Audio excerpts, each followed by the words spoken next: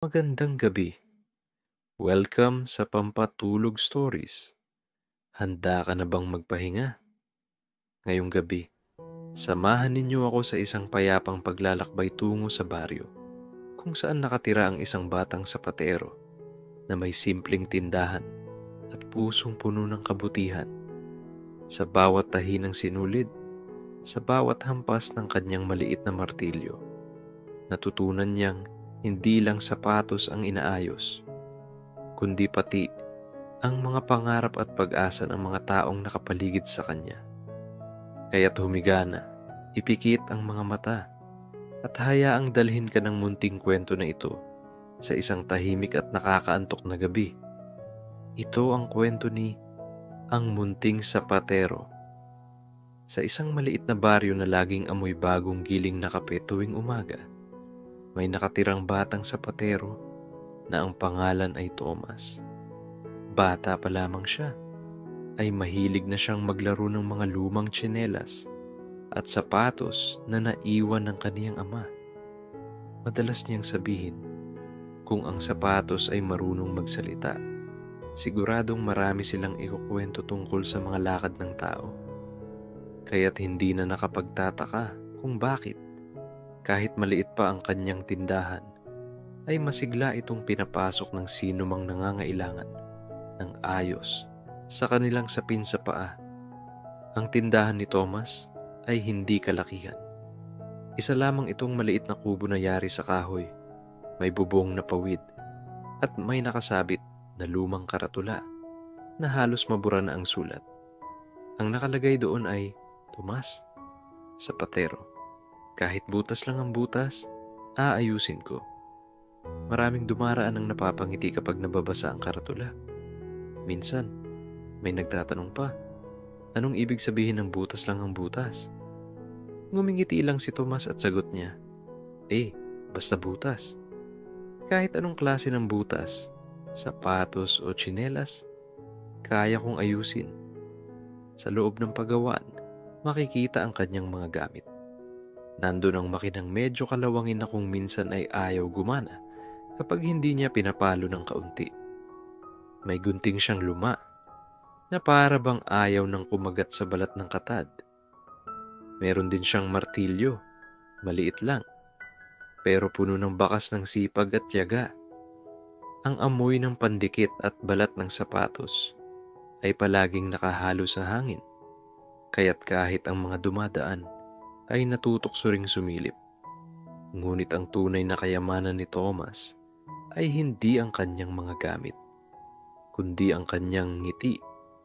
Kahit minsan wala siyang kita sa maghapon, nananatiling masigla ang kanyang mukha. May mga pagkakataon na nakakaidlip siya habang tinatahi ang isang pares ng tsinelas.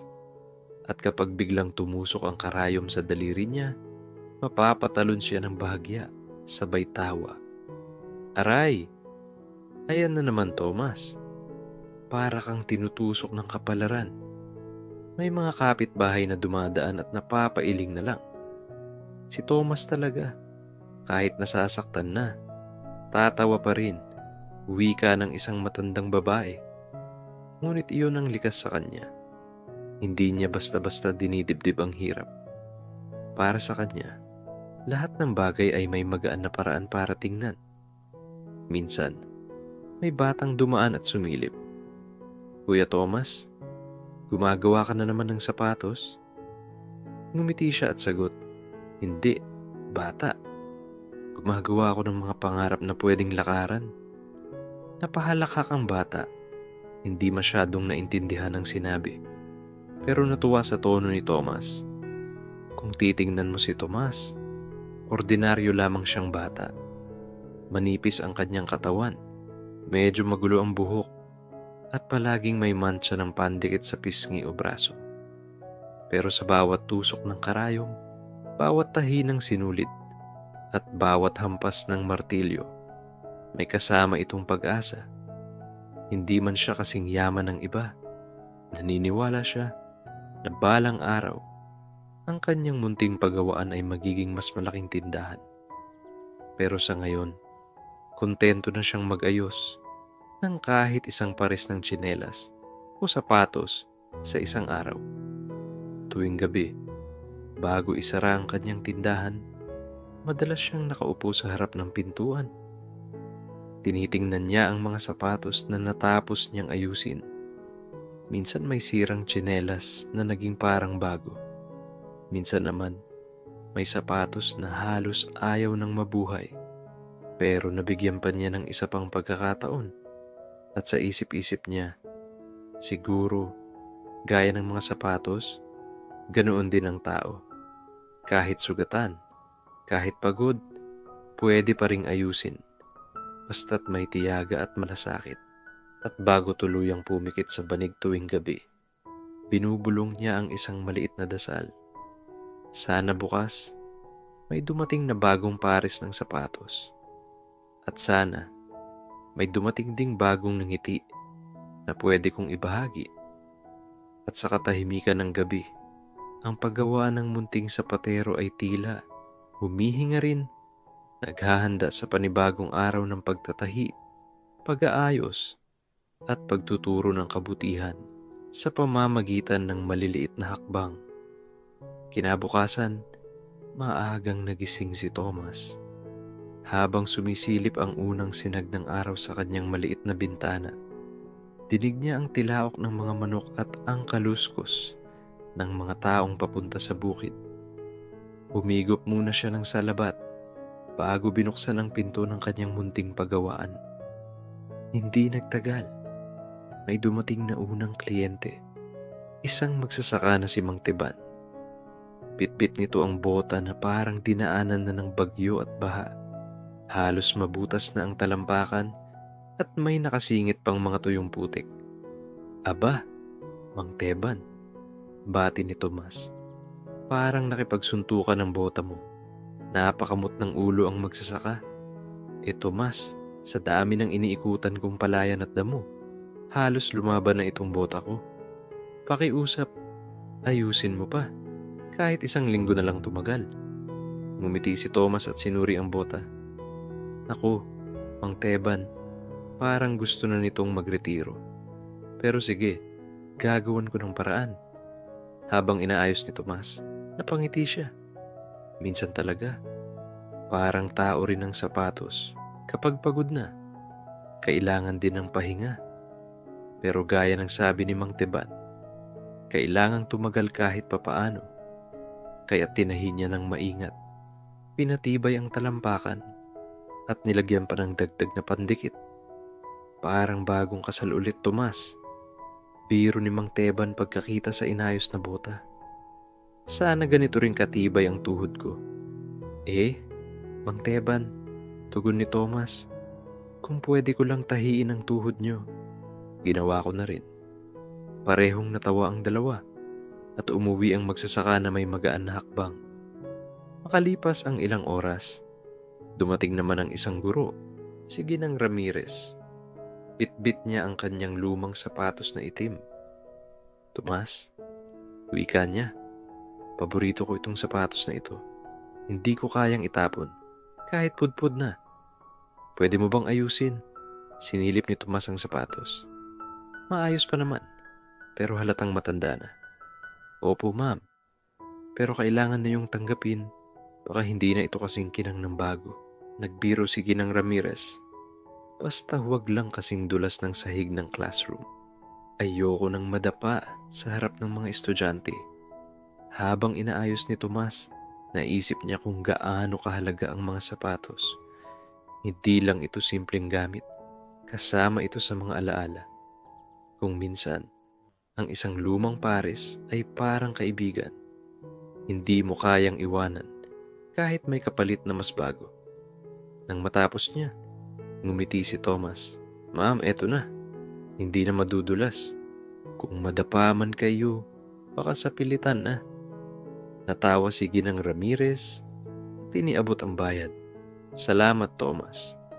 Sa lahat ng bata dito sa baryo, ikaw na siguro ang pinakamasipag.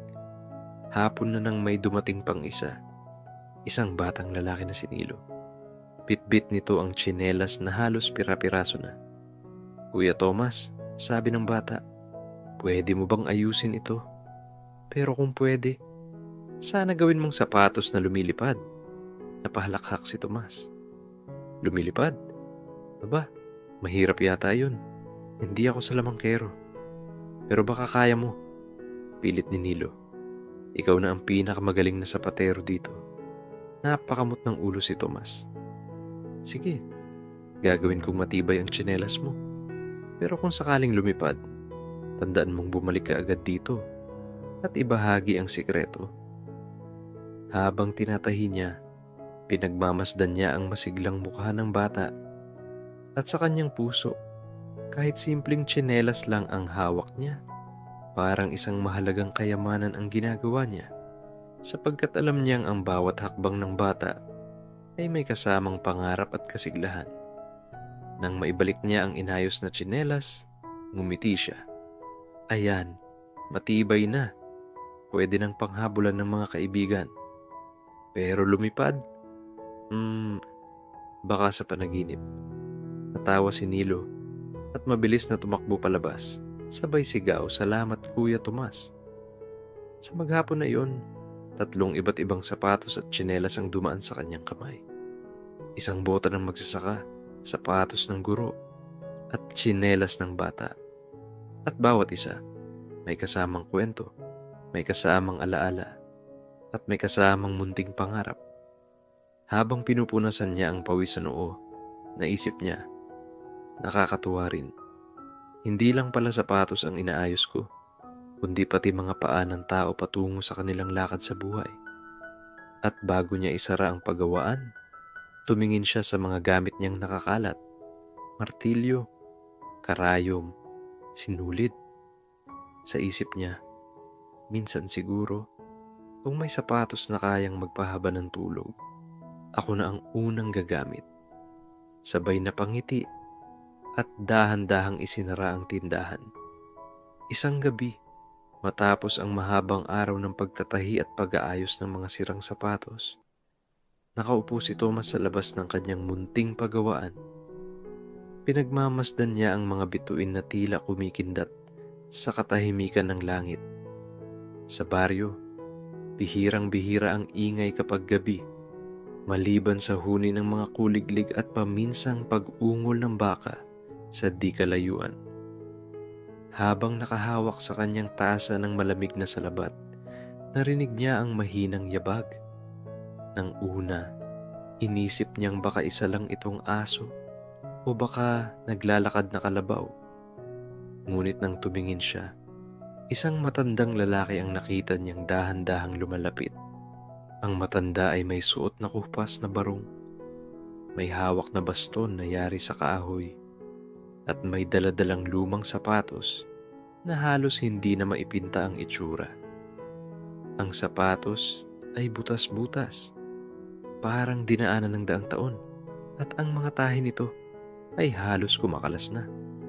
"Magandang gabi, iho," bahati ng matanda habang nakangiti. "Ikaw ba si Tomas, ang sapatero dito sa baryo?" Tumayo si Tomas at magalang na yumuko. "Opo, lolo, ako po iyon. Pasensya na kung medyo magulo ang aking paggawaan." Ngumiti ang matanda. "Hindi ako nandito para husgahan ang kalinisan. Ako'y nandito para humiling. Pwede mo bang ayusin itong sapatos ko? Malaki ang halaga nito sa akin."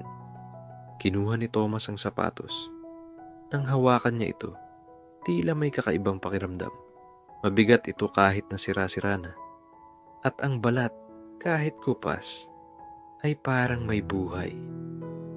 Parang kumikibot. Mahina niyang bulong sa sarili. "Ano yun?" tanong ng matanda. Wala po lolo. Medyo kakaiba lang ang sapatos ninyo." Ngumiti si Tomas kahit may bahagyang kaba. Umupo ang matanda sa isang silya. "Kung maayos mo ito, iho, may magagandang bagay na darating sa iyo. Pero hindi lahat ng biyaya ay nakikita agad. Minsan, kailangan mong maramdaman." Nagkibit balikat si Tomas. Sanay na siya sa mga kliyenteng may sentimental na halaga ang sapatos. Ngunit kakaiba talaga ang pakiramdam niya. Pagsimula niyang tahiin ang sapatos, Bigla siyang napatigil. Sa bawat tusok ng karayom, para bang may maririnig siyang mahinang buntong hininga. Hay! Napataas ang kilay ni Tomas. Ano yon? Lumingon siya, ngunit ang matanda ay nakapikit at tila natutulog. Itinuloy niya ang pagtatahi. Ilang sandali, muli niyang narinig. Hay! Masakit! Napalunok si Tomas. Aray, baka guni-guni ko lang ito. Siguro dahil inaantok na ako. Maya-maya, tinusok niya ng karayom ang isa pang bahagi ng sapatos. Biglang narinig niya, ay, dahan-dahan naman. Halos mahulog si Tomas sa kanyang upuan. Napatingin siya sa matanda.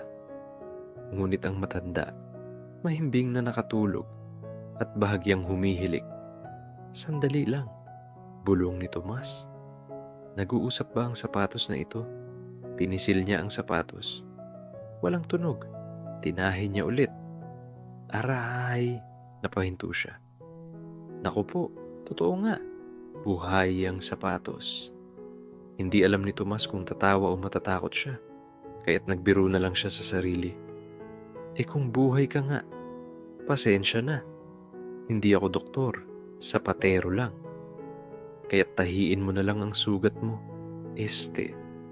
Tahiin ko na lang ang sira mo. Pinilit niyang tapusin ang pag-aayos. Ngunit sa sobrang pagod at antok, dahan-dahan nang bumibigat ang kanyang mga mata. Habang hawak-hawak ang sapatos, unti-unti siyang napapikit. At doon, sa mismong mesa ng kanyang paggawaan, nakatulog si Tomas. Kinabukasan, nang magising siya, tumama ang liwanag ng araw sa kanyang muka. Agad niyang hinanap ang sapatos. Laking gulat niya. Maayos na ito. Kumikintab na parang bago. At tila may kakaibang ningning. Ha? Paano nangyari ito? Bulong niya. Hindi ko naman natapos kagabi. Nakatulog ako. Mabilis siyang lumingon sa paligid. Ngunit wala na ang matandang lalaki. Ang silyang inuupuan nito ay bakante na. Parang hindi siya nagpunta. Ngunit malinaw sa alaala ni Tomas, nandoon siya kagabi. Nakausap niya. At ang sapatos ay parang buhay.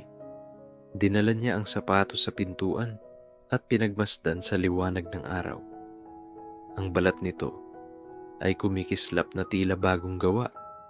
At ang mga tahi ay parang ginawa ng pinakamagaling na kamay sa mundo. Hindi siya makapaniwala. Kung hindi ako ang gumawa, sino? Tanong niya sa sarili. Habang nag-iisip, may dumaang batang kapitbahay at napansin ang sapatos. Kuya Tomas, ang ganda naman yan. Bagong gawa mo? Nagulat si Tomas. Hindi agad nakasagot. Sa bandang huli, ngumiti na lamang siya. Oo, bagong gawa. Ngunit sa kanyang puso, alam niyang may misteryo sa likod ng sapatos na iyon. Maghapong hindi mapakali si Tomas. Iniisip niya ang matanda. Sino ba siya? Bakit ganoon ang kanyang sapatos? At paano natapos ang trabaho habang siya ay natutulog? Habang hawak ang sapatos, bigla siyang nakaramdam ng kakaibang init sa kanyang mga palad na parang may dumadaloy na lakas. Napatitig siya rito at mahina niyang bulong. May sikreto kang dala, ano? At doon niya naisip, baka hindi ordinaryong tao ang kanyang bisita. Baka isa itong nilalang na nagdala ng kakaibang kapangyarihan. Ngunit isa lang ang tiyak kay Tomas. Simula sa gabing iyon, hindi na magiging ordinaryo ang kanyang buhay bilang sapatero. Kinabukasan, dumating si Mang Teban, ang magsasaka. Dala-dala ang kanyang bota na inayos ni Tomas. Pero may bago siyang ngiti sa mukha, mas maliwanag kaysa dati. Tomas, aba, napakagaling mong sapatero. Sigaw niya mula sa labas pa lang ng paggawaan. Nagulat si Tomas. Bakit po, Mang Teban? Hindi ba't mahirap nang ayusin ang bota ninyo? Akala ko'y tatagal lang iyon ng ilang linggo. Umupo ang magsasaka at pinakita ang kanyang mga paa. Tingnan mo. Kanina, Buong araw akong nag-araro sa bukid, pero hindi ako napagod. Parang ang gaan ng katawan ko. Para bang ang mga hakbang ko ay may kasamang hangin na nagtutulak sa akin. Napakamot ng ulo si Thomas. Talaga po ba? Baka naman nakatulog kayo ng mahaba kagabi, kaya malakas kayo ngayon. Ngunit mariing umiling si Mang Teban. Hindi, Tomas. Sigurado ako, itong bota ang dahilan. May kakaibang lakas. Parang binigyan ako ng bagong sigla. Tahimik lang si Tomas. Naalala niya ang sapatos ng matandang misteryoso. At ang pakiramdam niya kagabi, na parang may himala sa kanyang mga kamay. Makalipas ang ilang oras, dumating naman si Ginang Ramirez, ang guro. Nakangiti rin ito ng malapad. Thomas, hindi ko alam kung paano mo ginawa. Pero ang sapatos ko, parang nagbago, sabi niya. Kanina, habang nagtuturo ako, parang ang gaan ng pakiramdam ko. Mas magaan akong nakatayo at mas masaya ang klase. Kahit ang mga batang madalas makulit, parang naging mas attentive. Napailing si Thomas, pilit pinipigilan ng pagngiti. Siguro po dahil hindi na kayo natatakot madapa. Natawa ang guro. Siguro nga. Pero higit pa roon, Thomas, may kakaibang saya. Parang tinuruan mo rin ako. Hindi lang sapatos. At hindi pa doon natapos. Nang hapon, bumalik si Nilo, ang batang may tsinelas. Tumalon-talon ito sa harap ni Tomas. Hawak ang kanyang tsinelas na inayos. Kuya Tomas, ang galing ng tsinelas ko. Pakiramdam ko, mas mabilis akong tumakbo. Nanalo ako sa habulan kanina. Ang sabi ng mga kalaro ko, parang lumilipad daw ang mga paa ko. Nagulat si Tomas. Lumilipad? Hala, baka totoo na ang hiling mo. Hindi naman talaga lumipad. Paliwanag ng bata, pero sobrang gaan at komportable. Ang saya, Kuya Tomas. Sa tatlong magkakaibang tao, isang magsasaka, isang guro, at isang bata. Lahat sila ay nakaranas ng kakaibang pagbabago.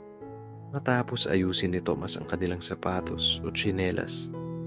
At lahat ng iyon, nangyari matapos niyang hawakan at gawin ang mahiwagang sapatos ng matanda. Hindi kaya may naiwang kapangyarihan sa mga kamay ko? Bulong ni Tomas sa sarili habang pinagmamasdan ang kanyang palad. Kinabukasan, nagsimula ng kumalat ang balita sa baryo. Ang mga tao, nagsasabing kakaiba raw ang mga sapatos na gawa ni Thomas. May isang babae ang nagpatapal ng tsinelas at nagkuwento na bigla raw niyang nakayanan ang mahabang paglalakad papuntang bayan nang hindi napagod. May isang batang babae na nagpatahi ng sapatos at sinabi na mas nakasayaw siya ng maayos sa kanilang pista. Si Tomas, ang sapaterong may ginintuang kamay, sigaw ng mga tao. Napakamot ng ulo si Tomas. Hindi niya alam kung matutuwa ba siya o mahihiya. Hindi naman totoo yun. Sapatero lang ako. Kung may kapangyarihan man, baka nasa mga sinulid ko lang biro niya. Ngunit kahit anong tanggi niya, mas lalo pang lumalapit ang mga tao.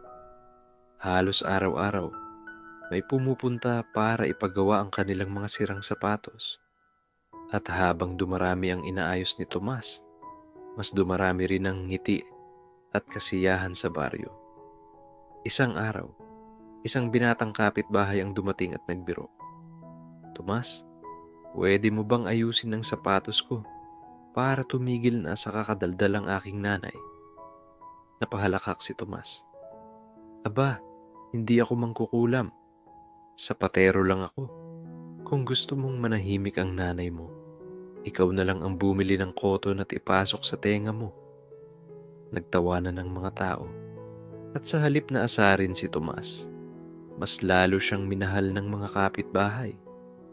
Sa bawat gabi, bago matulog, pinagmamasdan ni Tomas ang mga sapatos na nakatambak sa kanyang paggawaan. Ngayon, Hindi lang ito basta sapatos. Bawat isa ay parang isang pintuan patungo sa bagong kwento. Habang hawak ang isa sa mga tinatapos niyang pares, mahina niyang bulong. Kung totoo man, sana gamitin ito ng tao sa mabuti.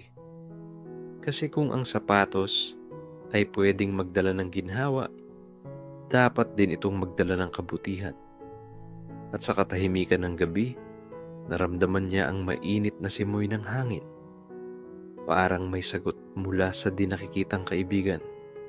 Thomas, ipagpatuloy mo lang, sapagkat ang bawat hakbang na binibigyan mo ng pag-asa ay hakbang na nagdadala ng liwanag.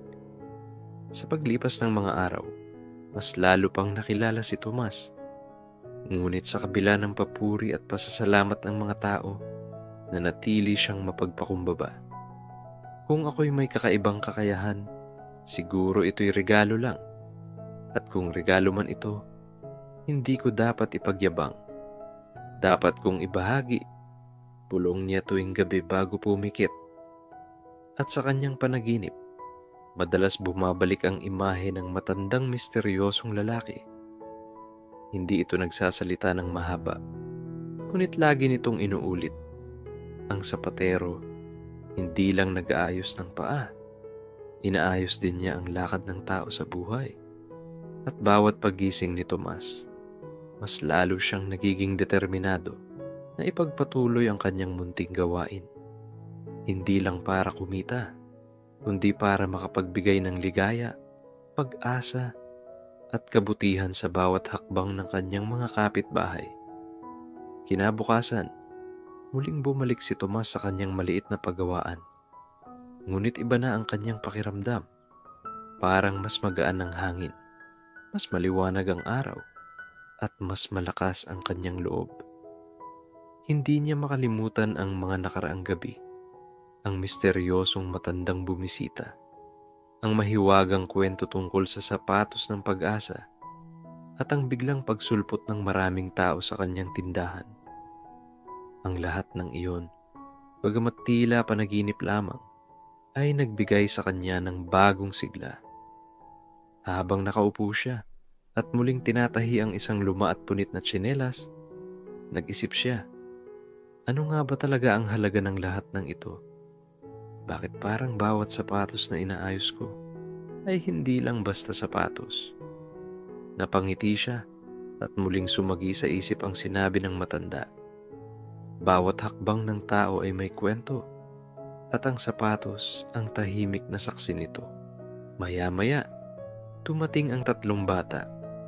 Luma at butas na ang kanilang mga tsinelas, halos nakanganga na ang swelas. Kuya Thomas, pwede po bang ipaayos ito? Wala po kaming pambili ng bago sabi ng isa. Medyo nahihiya. Ngumiti si Thomas. Abay, syempre naman, ang tindahan ko'y bukas para sa lahat, lalo na sa mga batang gaya ninyo. Habang inaayos niya ang tsinelas, nagkukwentuhan ng mga bata. Isa'y nangangarap maging guro, isa'y nais maging pintor, at isa'y pangarap maging piloto. Pinakinggan ni Thomas ang bawat isa, at sa bawat tusok ng sinulid, pakiramdam niya'y hindi lamang sapatos ang inaayos niya, kundi pati ang pangarap ng mga bata. O heto na, ayos na, wika niya sabay abot ng inayos na tsinelas. Ngayon, makakatakbo na kayo sa inyong mga pangarap, hindi ba? Tuwang-tuwa ang mga bata, sabay-sabay na sumigaw. Salamat, Kuya Thomas. Naiwan siyang nakangiti at medyo natawa sa sarili. Aba, parang ako na tuloy ang tagapag-ayos ng pangarap. Di naglaon, dumating naman ang isang matandang lalaki. Mabagal ang kanyang lakad at ang sapatos niya'y halos magkahiwalay na ang talampakan.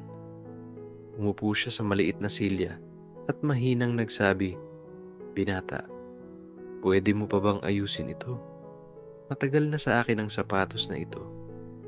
Marami na kaming napuntahan, kasal, piyesta, at pati libing ng mga kaibigan ko." Tahimik na tumango si Tomas.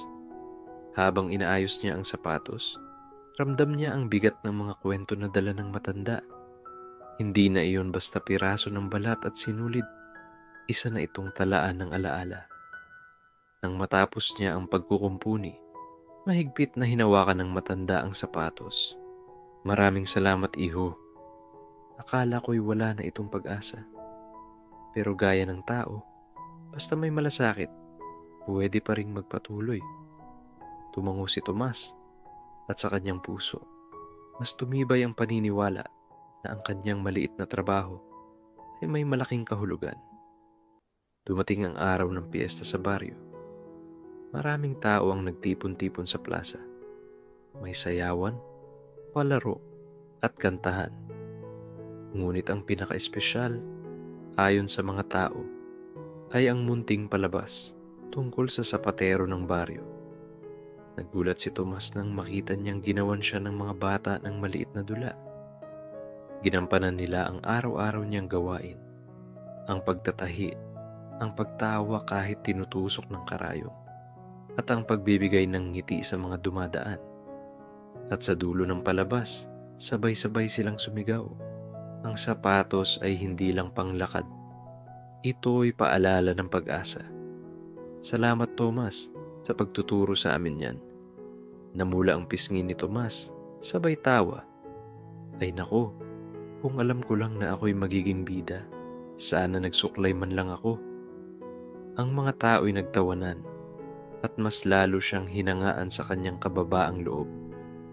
Kinagabihan, matapos ang masayang piyesta, bumalik si Tomas sa kanyang paggawaan. Umupo siya sa harap ng pintuan. Tinitingnan ang mga sapatos na natapos niyang ayusin sa araw na iyon. Marami na, at bawat isa'y may kwento. Tahimik siyang nag-isip. Maliit lang ang tindahan ko. Maliit lang ako sa mata ng iba. Pero kung ang bawat sapatos na maayos ko ay makakatulong sa isang tao na muling lumakad ng may tiwala, sapat na iyon. At bago siya natulog, muli niyang binulong ang kanyang paboritong dasal. Panginoon, salamat po sa isa na namang araw. Sana bukas, may dumating ulit na bagong sapatos at bagong ngiti. At sa wakas, ang baryo ay natutong pahalagahan ang kanilang munting sapatero. Hindi lamang bilang tagapag-ayos ng sapatos, kundi bilang tagapag-ayos ng kanilang pag-asa. At dito nagtatapos ang ating kwento ngayong gabi. Ang munting sapatero ay nagturo sa atin na kahit maliit na gawain, kapag ginawa ng may malasakit at ngiti, ay nagiging malaki ang epekto sa puso ng iba. Kaya't bago ka matulog, alalahanin na bawat hakbang na ginagawa mo sa buhay, gaano man kaliit, ay may kahulugan. Tulad ng sapatos na inaayos ni Tomas, ang bawat sugat at butas ay maaari pa ring mabigyan ng bagong pagkakataon. Ngayon, huminga ng malalim, damhin ang katahimikan ng gabi, at hayaang dalhin ka ng payapang panaginip patungo sa isang mahimbing na pagtulog. Magandang gabi at hanggang sa susunod na kwento.